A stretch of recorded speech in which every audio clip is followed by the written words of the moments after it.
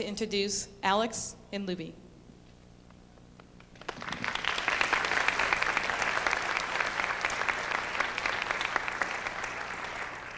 Good afternoon. Welcome to a discussion on religious diversity and understanding Islam and Muslims in America. My name is Alex Kronemer. I'm the senior trainer for Connecting Cultures. And we've been spending a week here in Disney talking to various groups here about the issue of religious diversity and Muslims in the United States and abroad. It's a very important discussion to have, which I hope by the end of our hour and a half together you'll agree with. This issue of religious diversity in America. But it's also a point that I want to make, a very new discussion to be having. 25 years ago, an American sociologist said that America is the country of three religions, three faiths: Catholicism, Protestantism, and Judaism, 25 years ago. Today, over 140 different religions are practiced in the United States. Just about every religion that exists in the world is practiced here on this soil. Of the handful of Zoroastrian temples that exist in the world, one of them is in America. America is the site of the only place of pilgrimage for Hindus outside of India. There's a place in Pennsylvania. Pittsburgh is today the center of the Orthodox faith in the world. Buddhists, Hindus, many faiths are coming here.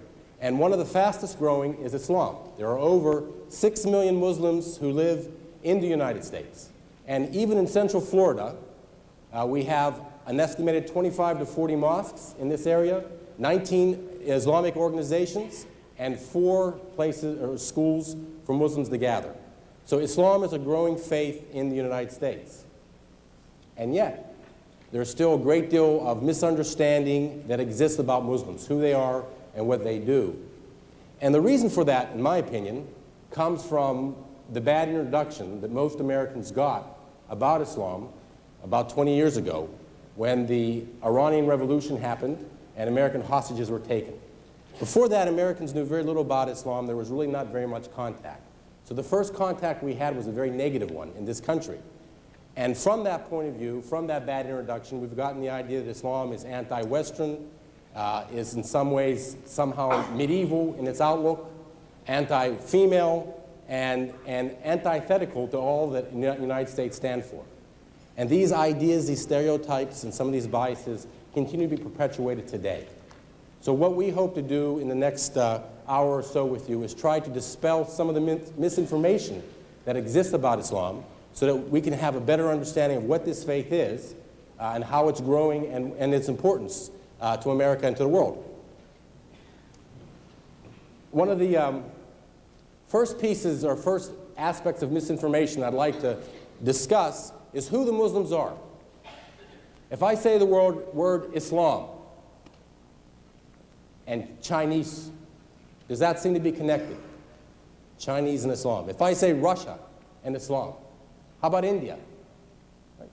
When we think of Islam, we typically think of what area or what group? Arabs. In the world, there are about 1.2 billion Muslims. That's about 1/5 of the world's population. But only 2 out of every 10 Muslims in the world are Arab. Only 2 out of every 10.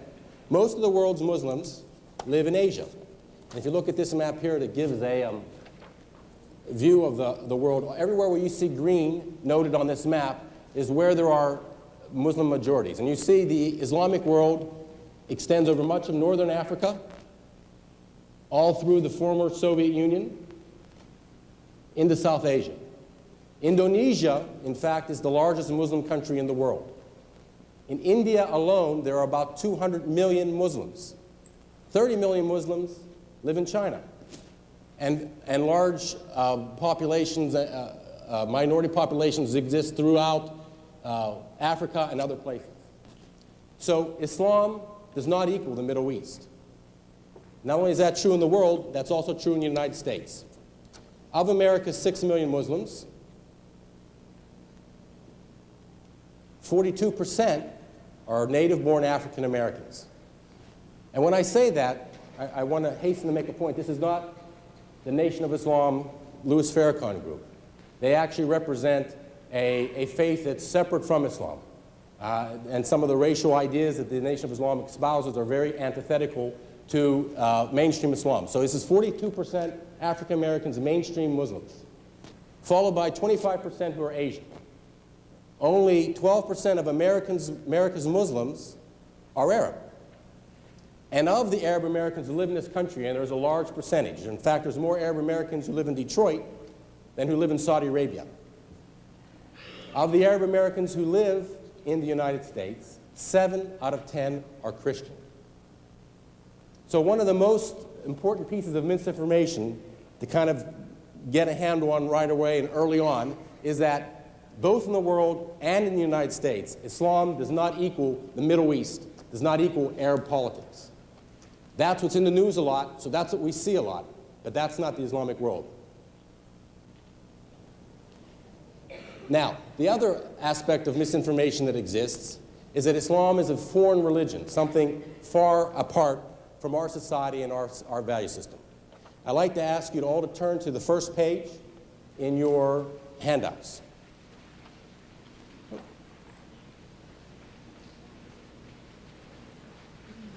There you will find a scriptural quiz. I bet you didn't think you were going to be tested when you came here today. Right? Last rape session you'll be at, right? What I'd like you to do is look at this quiz, and there's 2 quizzes on this page. Look at the bottom quiz, the scriptural quiz. Take a minute, read through these 7 scriptural quotes, and indicate which of these you think are from the Jewish Torah, put a T, those that you think are from the Gospels, with a G, and if you think it's from the Quran, which is the holy book of Islam, if you think it might be from that, put a Q. And just take a minute, and we'll go over it.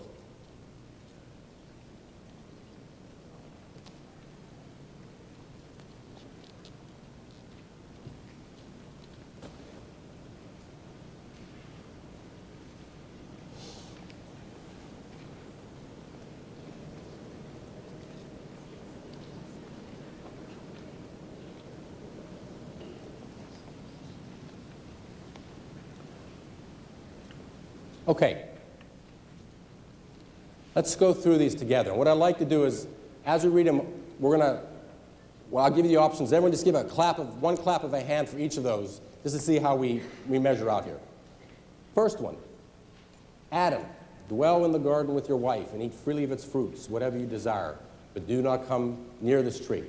How many think this is from the Jewish Torah? Clap your hand. How many think it's from the Gospels? How many say it's from the Quran? Okay. Some of you, I didn't hear a clap. Does that mean you're uncertain? Got to participate. Okay. Second one. O children of Israel, remember the favors I bestowed upon you.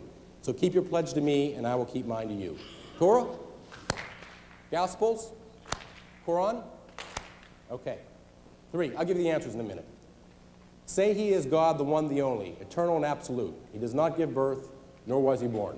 Torah? Gospels? Quran? Okay. 4. In the absence of Moses, his people prepared an image of a calf from their ornaments, which gave out the mooing of a cow. The Torah? Gospels? Quran? All right.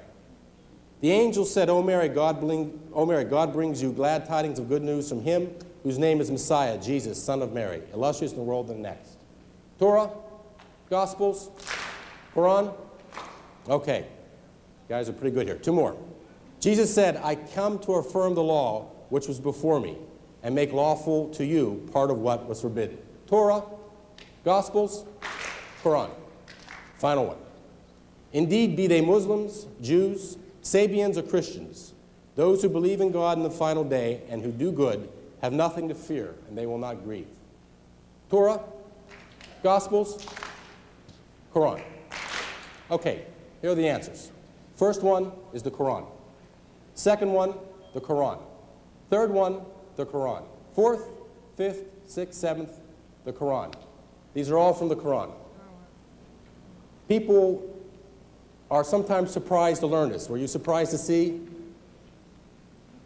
America is said to be based on the Judeo-Christian tradition. Islam is also based on the Judeo-Christian tradition. In the Quran, you will find stories of David, of Moses, of all the biblical people that you would find. You will find also stories of Jesus, John the Baptist. One of the chapters of the Quran is named after the Virgin Mary. Just as Christians look at the Old Testament, what we call the Old Testament, as a part of their heritage, Muslims also look at the Jewish texts, the Christian texts, as part of their own heritage. And Muslims believe, as do Christians and Jews, in heaven and hell, in a resurrection. As, along with Christians, Muslims believe in the second coming of Christ. There is a great deal of similarity in the theological beliefs between Muslims, Christians, and Jews. And in fact, it is a religious duty of all Muslims to be respectful to what is called the people of the book, who are Christians and Jews. Okay? Muslims do not worship Muhammad. It's one of the things sometimes people believe. Muhammad is not the focus of the religion. The religion is focused on God, and not a God named Allah. Allah is not the Muslim name for God. Allah is simply the Arabic word for the word the God, which is understood to mean the God of Abraham. If you would travel to an Arab-speaking country and go to a church there, you would also hear Christians refer to God as Allah. To Muslims, God is always the focus of worship. Muhammad is merely considered the messenger who brought, through revelations from God, the Quran, which simply means the recitations or the revelations. Okay? Muslims don't believe that Muhammad wrote the Quran. They believe it was a revelation from God, and that in all cases, what this revelation was meant to do was simply confirm what exists in the previous two books out of the same tradition. So the second area of misunderstanding that exists about Muslims is this is a foreign religion, a religion that by its nature is anti-Western, anti-Judeo-Christian. It is not. It is a religion very much in keeping with those values. Now, there's a third area of misinformation that often exists, and we'll discuss that now.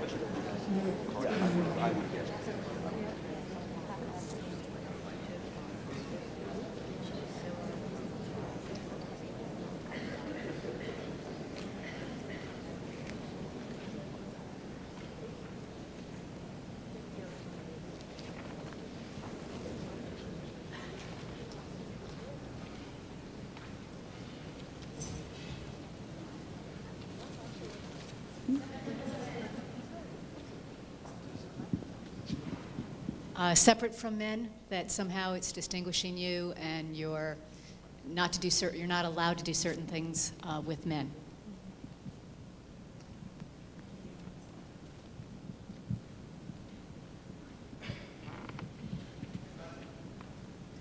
It must be uncomfortable to wear the attire.